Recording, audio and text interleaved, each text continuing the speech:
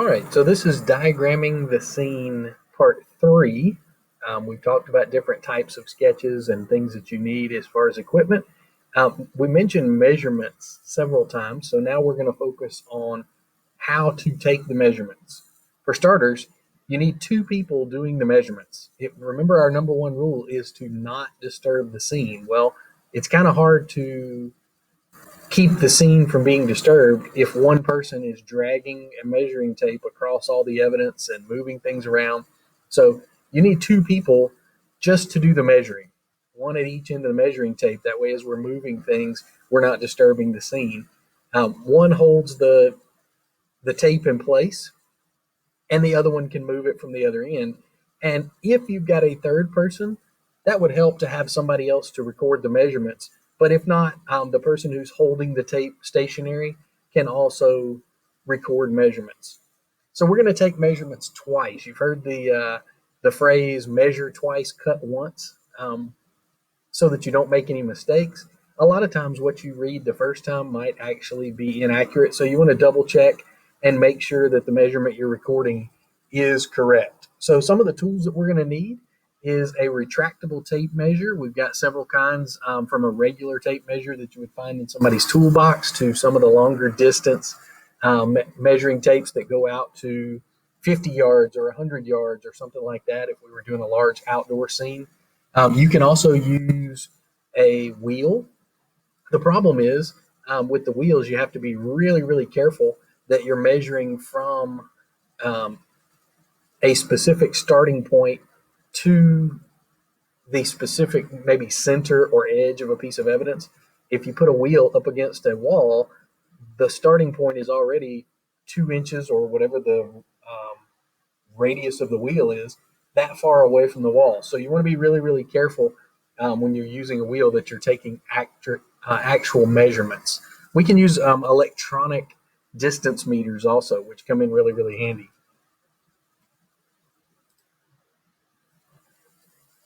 So we're going to talk about triangulation. How do we measure different objects? So think about a triangle has 3 points. We're going to use the evidence as one point, and then we're going to find two other fixed points. It's got to be a fixed point because we don't want to use something in the crime scene that could be bumped or moved, or something that could cause us to get an error if we were to ever need to remeasure this scene again. So for triangulation, this is an example of an outdoor measurement.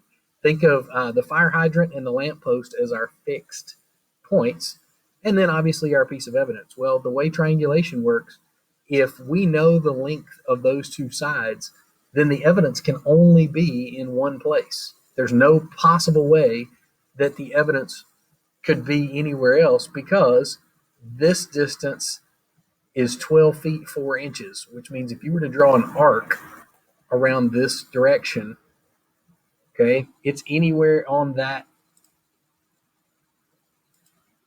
scene. Let's see if we can get an arc to go over here.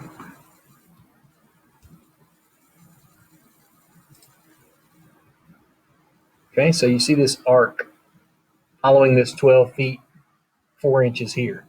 Now, what's going to happen is this 14 feet 3 inches is going to be on an arc this direction. Okay, so the evidence is where those two arcs cross, which just happens to be right here. Now, the other method is called the baseline method. It works really well inside. Okay, it could work outside. You just have to be careful as far as what points you pick.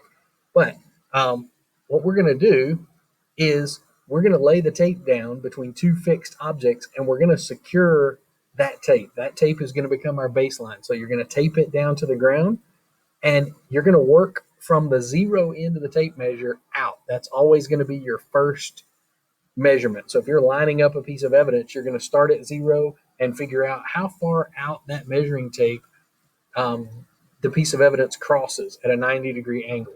So what that looks like is something like this. Let's say our tree is going to be our zero measurement, and we run our baseline all the way down to this milepost or this street sign. Okay, those are two fixed objects that we would be able to find again. So if we're going to measure these different pieces of evidence, the first measurement, remember Remember, you've got to have 2 points, just like in triangulation. So we're going to measure the first one. How far is this distance to where the piece of evidence crosses 90 degrees? That's our first point, or our first measurement. Then we're going to measure 90 degrees off of that line, and that's our second measurement. So you end up with 2 coordinates, very, very similar to a math grid where you have an X and a Y coordinate. Remember when you sat in math class and you said, I'll never use this again in real life? Well, unfortunately, this is real life, and this is how they use an X and Y coordinate grid. Now, what happens if you've got a piece of evidence that's down here that's below or off to a different side than your baseline? Well, the same thing that you would do in math class. This would be a positive number traveling up the baseline. Okay, and all of these measurements that go up would also be a positive number. So whatever your measurement is here would just be a negative number, and that tells you that it's on the opposite side of your baseline. Now, another method that you can use is called rectangular coordinates. And as you can imagine, it involves measuring from 2 different perpendicular sides and making right angles. So what that looks like in our scene is if we've got this piece of evidence here, we would want to measure from this wall. Okay, this is going to be our west wall according to our drawing. We're going to measure in from that wall to the piece of evidence, and then we're going to measure from the next closest wall, which is here, from the north wall down to this piece of evidence, 90 degrees from the wall.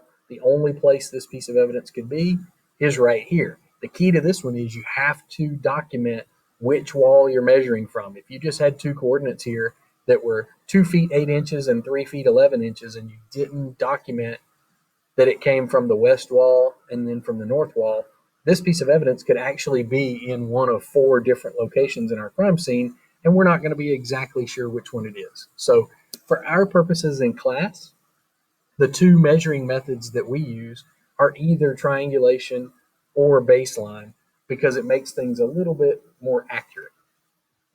Now, we talked about something that you need on your drawing is a key or a legend, normally at the bottom of the sketch. And this is going to explain some of the symbols that we're using in our crime scene. So you notice on this sketch, and this one was completed using a computer program, but we've got some different symbols and things like that. We would want to put on there what these little hat-looking features are and tell that those are photograph locations and things like that. Otherwise, we're not going to be able to see it.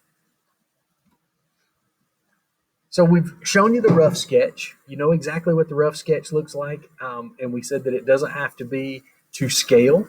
Well, when we get to our final sketch does have to be to scale. Okay, typically 1 foot in real life equals 1/4 inch.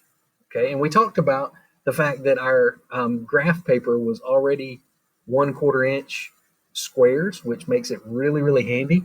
But on top of that, we said you don't have to be an art major to do a crime scene sketch, because the other piece of equipment we're going to use is a template, and most of our templates are already in 1 foot equals 1/4 inch scale. So anything that you draw with the template is going to be done in that scale already, and it just makes things really, really easy. Now, if we had a really large scene outside somewhere, we might want to expand that scale out so that we don't have a huge poster size sketch, and make it something like 20 feet equals 1 inch, and that way we can fit it on a common size piece of paper.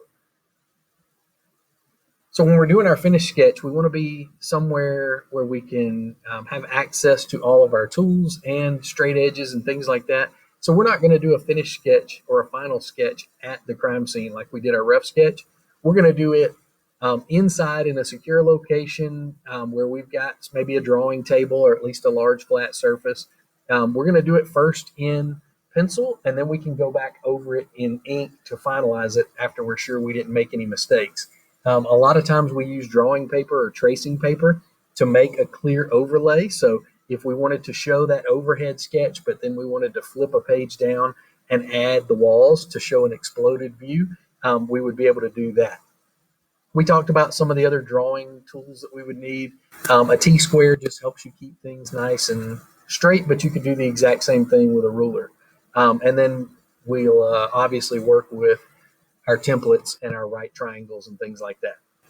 So your final sketch can be as simple or as complex as you need it to be. Remember, every case is different, and the goal is to allow the jury to see things that you're trying to prove or explain in the crime scene. So the sketch is a tool that we're going to use in court to make sure that everybody understands what's happening. Now, as technology increases, software programs that were used originally for architecture, things like AutoCAD, have really helped out with crime scene sketching, because basically what you're doing is you're recreating the floor plan or the blueprint of a house. So the same computer software that architects use to create the blueprints of a house, crime scene investigators can use to recreate that floor plan and use it to create a clearer picture for a crime scene. So you may end up with something like this, which comes out really handy if you're wanting to show things like shoe prints and which direction somebody was walking. You can actually put in blood spatter and show the angles and things like that. So computer software has really enhanced what we're able to do with our crime scene sketches.